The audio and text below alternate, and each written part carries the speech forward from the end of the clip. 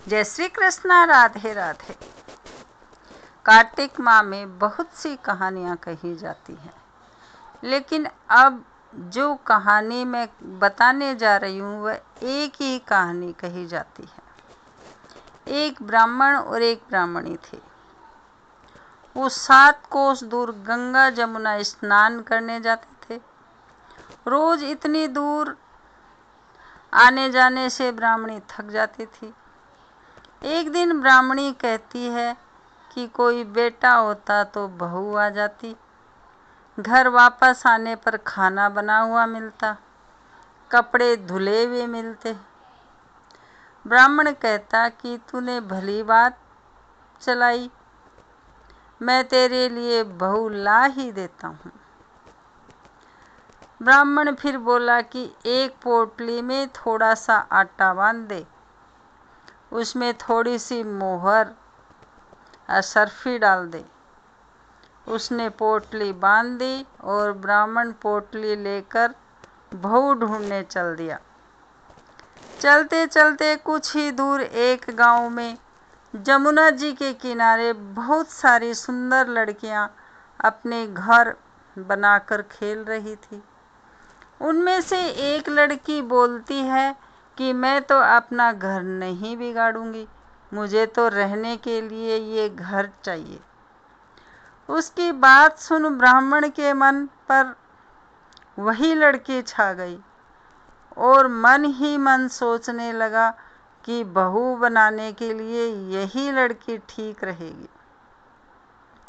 जब वह लड़की आने लगी तो ब्राह्मण भी उनके पीछे चला, और जब वह लड़की अपने घर पहुंचती है तो बूढ़ा ब्राह्मण बोला, बेटी कार्तिक का महीना है, मैं किसी के यहाँ खाना नहीं खाता।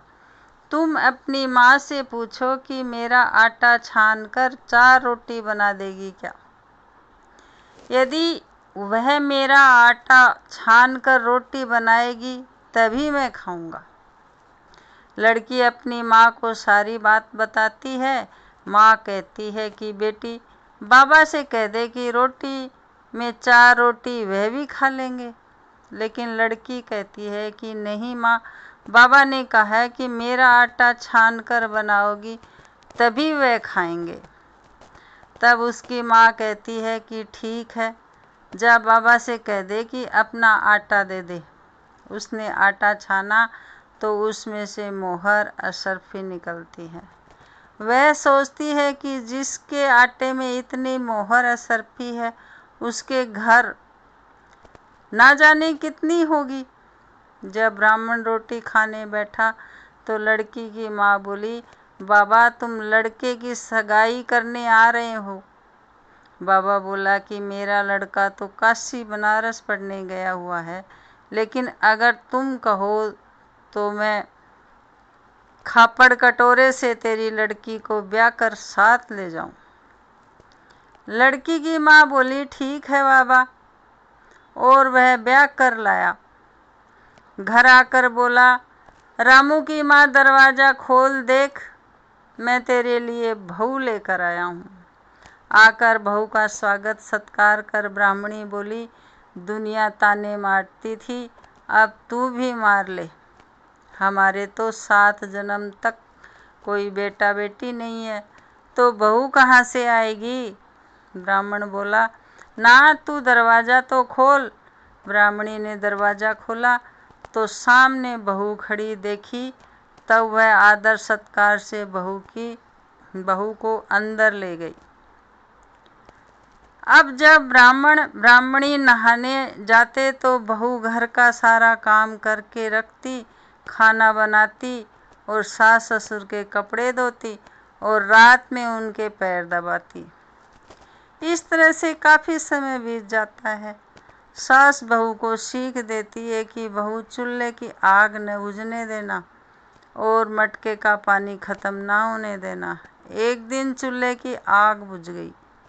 बहू भागी भागी पड़ोसन के घर गई और बोली, मुझे थोड़ी सी आग दे दो, मेरे चूल्हे की आग बुझ गई। मेरे सास ससुर सुबह 4 बजे से बाहर गए हुए हैं और वे थके हारे वापस आएंगे। मुझे उनके लिए खाना बनाना है। पड़ोसन कहती है, अरे तू तो बावली है, तुझे तो ये दोनों मिलकर पागल बना रहे हैं। इनका ना कोई बेटा है और ना कोई बेटी है। बहू बोली, ना ना, आप ऐसे मत बोलो, क्योंकि इनका बेटा काशी बनारस पढ़ने गया है। पड़ोसन फिर बोली, अरे तुझे ये झूठ बोल कर लाए हैं, इनके कोई बेटा नहीं है। अब बहू पड़ोसन की बातों में आ गई और कहने लगी, अब आप ही बताओ मैं क्या करूं। पड़ोसन कहने लगी कि करना क्या है, अब सास ससुर आए तब जली फूकी रोटी बना देना, अलूणी पलूणी दाल बना देना, और खीर की कड़छी दाल में और दाल की कड़छी खीर में डाल देना। बहू पड़ोसन की सारी सीख लेकर अपने घर आ गई और जैसा पड़ोसन ने बताया वैसा ही उसने किया। जब सास ससुर आए तब भूखों को कोई आदर सत्कार बहू ने नहीं किया और ना ही उनके कपड़े धोए। जब सास ससुर को खाना दिया तो सास बोली, बहू ये जली फूकी रोटी क्यों, और दाल भी अलूणी है। बहू पलटकर जवाब देती है कि आज यही खाओ सासू जी, अगर एक दिन ऐसा खाना खा भी लिया तो तुम्हारा कुछ नहीं बिगड़ जाएगा, मुझे तो जीवन भर ही अलूणा रहना है। बहू की बातें सुनकर सास बोली कि आज तो बहू ने अच्छी सीख नहीं सीखी है। अब बहू फिर से पड़ोसन के घर भागती है और कहती है कि अब आगे बताओ मुझे क्या करना है। पड़ोसन बोली, अब तुम सातों कोठों की चाबी मांग लेना। अगले दिन जब सास जाने लगी तो बहू अड़ गई, मुझे तो सातों कोठों की चाबी चाहिए। तो ससुर कहने लगा, दे दो इसे चाबी, आज नहीं तो कल चाबी इसे ही देनी है। हम आज ही कल नहीं, इसीलिए चाबी दे दो। सास ससुर के जाने के बाद बहू ने कोठे खोल कर देखे तो किसी में अन्न भरा है, किसी में धन भरा है, किसी में बर्तन भरे हैं, सभी में अटूट भंडार भरे पड़े हैं। जब बहू ने सातवां कोठा खोला तो उसमें महादेव जी, पार्वती जी, गणेश जी, लक्ष्मी जी, पिप्पल पथवारी, कार्तिकेय ठाकुर, राई दामोदर, तुलसा जी का बिड़ला, गंगा जमुना बह रही है। 36 करोड़ देवी देवता भी विराजमान है और वहीं एक लड़का चंदन की चौकी पर बैठा माला जप रहा है। सब देख बहू लड़के से कहती है, तू कौन है? लड़का कहता है कि मैं तेरा पति हूँ, दरवाज़ा बंद कर दे, जब मेरे माँ बाप आएंगे तब खोलना। सारा नज़ारा देखकर बहू बहुत खुश हुई और नाचती फिरने लगी। 16 श्रृंगार कर सुंदर वस्त्र पहन और सास ससुर का इंतजार करने लगी। उनके लिए 36 प्रकार के पकवान बनाकर रखे। सास ससुर जब वापस आए तब उसने उनका बहुत आदर सत्कार किया, उनके कपड़े धोए, उनके पैर दबाए। बहू सास के पैर दबाते कहने लगी कि माँ जी, आप इतनी दूर 12 कोस यात्रा करके गंगा जमुना का स्नान करने जाती हो, थक जाती हो, तो तुम घर में ही स्नान क्यों नहीं करती हो? बहू की बात सुनकर सास कहने लगी कि भला गंगा जमुना भी घर में बहा करती है क्या? बहू बोली, हाँ माँ जी, बहती है, चलो मैं आपको दिखाती हूँ। उसने 7वां कोठा खोल कर दिखाया तो उसमें गणेश जी, लक्ष्मी जी, महादेव, पार्वती, पिप्पल पथवारी माता लहरा रही हैं, तुलसा जी लहरा रही हैं, कार्तिक के ठाकुर, राई दामोदर, गंगा जमुना बह रही है। 36 करोड़ देवी देवता विराजमान हैं और वहीं तिलक लगाए चंदन की चौकी पर एक लड़का माला जप रहा है। माँ ने कहा, तू कौन है? लड़का बोला, माँ मैं तेरा बेटा हूँ।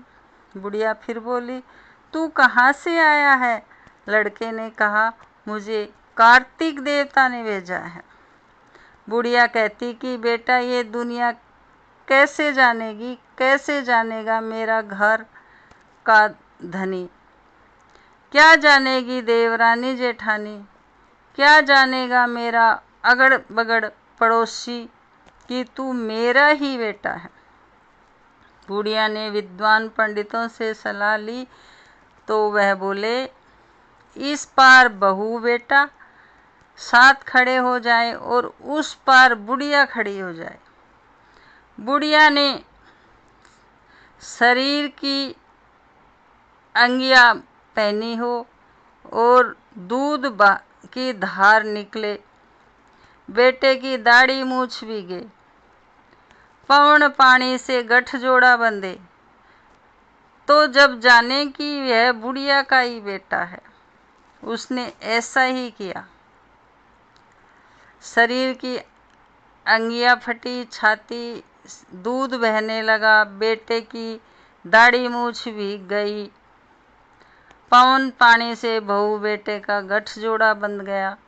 ब्राह्मण ब्राह्मणी की खुशी का पार ना रहा। ये बहुत खुश हुए। कार्तिक के ठाकुर राई दामोदर भगवान ने जैसे बहू बेटा उसको दिए वैसे सभी को दे देना। ये कहानी आपको पसंद आई हो तो लाइक करें, शेयर करें, बेल बटन प्रेस करें ताकि आने वाला वीडियो आपको आसानी से मिल सके।